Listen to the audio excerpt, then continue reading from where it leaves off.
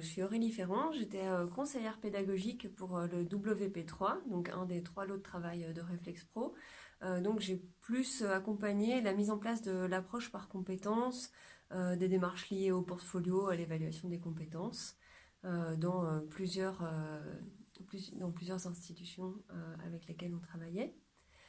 Donc mon rôle, c'était vraiment d'accompagner les équipes enseignantes qui voulaient mettre ces démarches en place.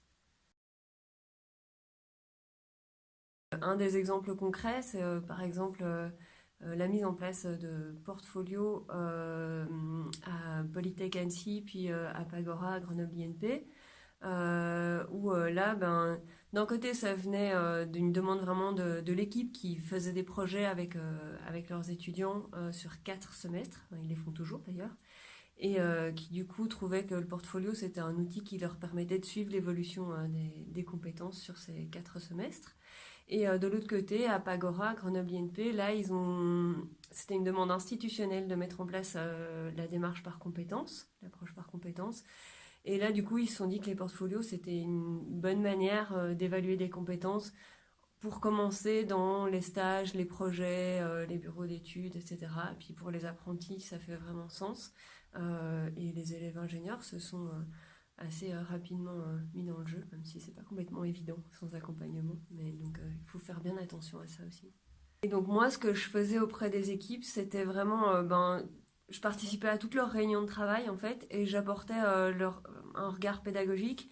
Je retravaillais parfois les documents sur lesquels donc ils ont fait par exemple des grilles d'évaluation des apprentissages avec différents niveaux de développement d'une compétence. Du coup, on regardait un peu quels étaient les indicateurs qu'ils avaient mis, si c'était suffisamment explicite, tant pour eux que ça porte pas à confusion, qu'il n'y ait pas plusieurs interprétations possibles, et puis pour les étudiants qui sachent exactement sur quoi ils vont être évalués, qu'est-ce qu'on attend d'eux.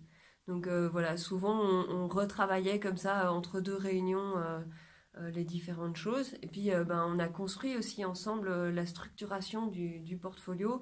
Donc là, c'était vraiment, même au niveau du menu, de dire comment on va rentrer dans le portfolio, qu'est-ce que l'étudiant va pouvoir faire ou pas faire, à quel moment le superviseur va pouvoir mettre des commentaires ou ajouter des pièces ou pas. Enfin, donc il y a eu énormément d'échanges à ce niveau-là, où là on a travaillé même avec l'ensemble des équipes en fait qui voulaient mettre en place des portfolios.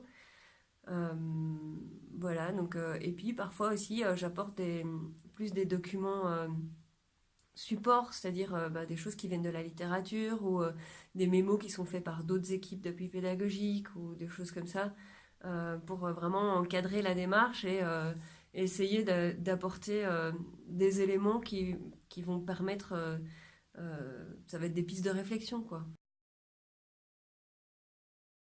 L'expérience, elle était vraiment super riche parce que j'ai travaillé avec plein d'institutions différentes, plein d'équipes différentes, donc c'était à chaque fois des contextes différents sur le même type de projet.